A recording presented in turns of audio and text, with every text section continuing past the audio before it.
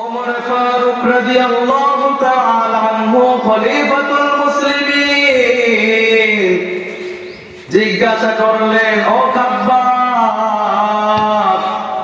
ইসলাম ধর্ম গ্রহণ করতে গিয়া তুমি কি পরিমাণ কষ্ট সহ্য করেছো?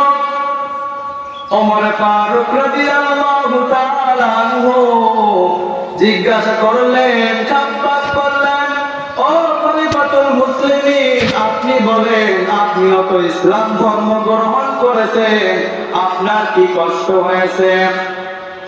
ওমর ফারুক রাদিয়াল্লাহু তাআলা আনহু বললেন, আমার তেমন কোনো কষ্ট হয় নাই, আমি বাহাদুরের বেশে রহমাতুল লিল আলামিনের দরবারে গিয়া কালেমা পড়ে মুসলমান হয়েছে।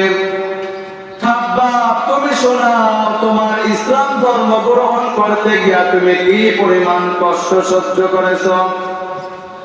খাব্বাব এই কথা শোনা মাত্র চোখের পানি ছেড়ে কান্না শুরু করলেন।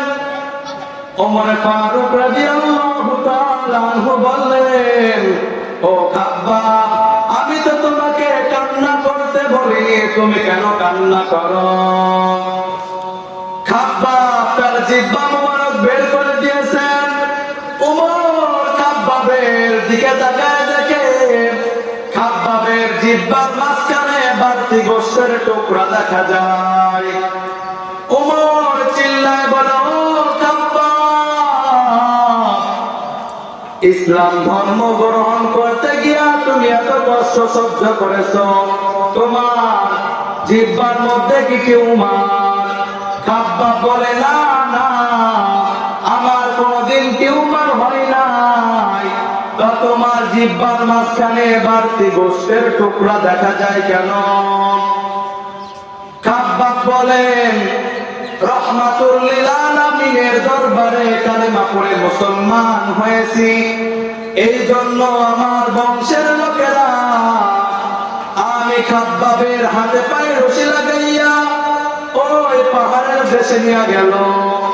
পাহাড়িয়া জঙ্গলে নিয়া গাছের তাজা কাটা ভেঙ্গে আমি খাব্বাবের জিহ্বাটা জোর করে বের করে পুরা গাছের তাজা কাটা দিয়া জিহ্বার ভিতরে আঘাত করেছে, আবার বের করেছে, আবার আঘাত করেছে। আর বলেছে, খাব্বাব, কালেমা ছেড়ে দিবা কিনা বলো? আমি খাব্বাব বলেছি, আমি রহমাতুল লিল আলামিনের দরবারে কালেমা পড়েছি, এই কালেমা কোনদিন ফিরাই দিব না। শুধু এতটুকুই নয়, খাব্বাব তার পিঠের জামাটা উঠাইয়া দেখে, বলে, দেখেন আমার পিঠের হালত। ওমর তাকায় দেখে খাব্বাবের পিঠে গোশত নাই, পিঠের ভিতরে পুরা পুরা দাগ দেখা যায়। ওমর চিল্লা বলে, ও খাব্বাব, বলো, তোমার পিঠে গোশত নাই, তোমার পিঠে গোশত নাই, তোমার কতদিন পর্যন্ত কুষ্ঠরোগ হয়েছে? খাব্বাব বলেন, আল্লাহর কসম, জীবনে আমার কোনদিন কুষ্ঠরোগ হয় নাই, তা তোমার পিঠে গোশত নাই, হাড্ডির ভিতরে পুরা পুরা দাগ দেখা যায় কেন?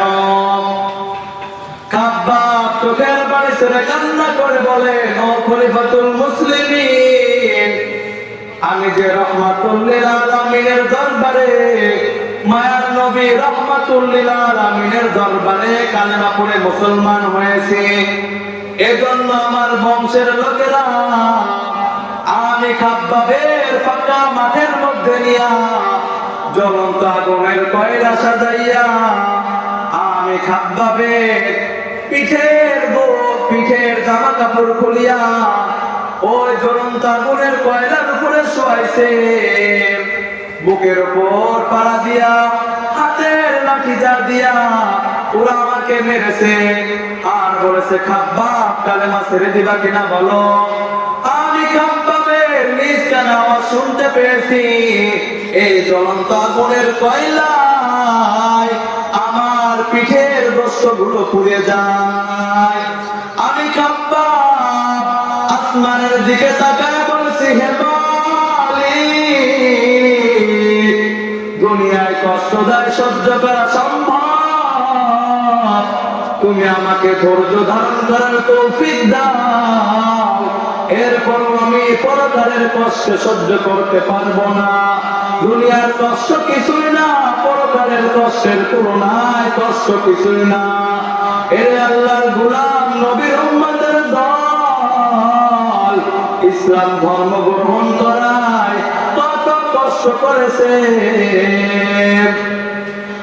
তুমি তো মুসলমানের ঘরে জন্মগ্রহণ করেছি, আমাদের তো ইসলাম ধর্ম গ্রহণ করতে কষ্ট হয় নাই। তবু কেন মানুষ নামাজ পড়ো না 5 ওয়াক্ত, নবীর তরিকা মোতাবেক করো না কেন, আল্লাহর গোলামি করো না কেন?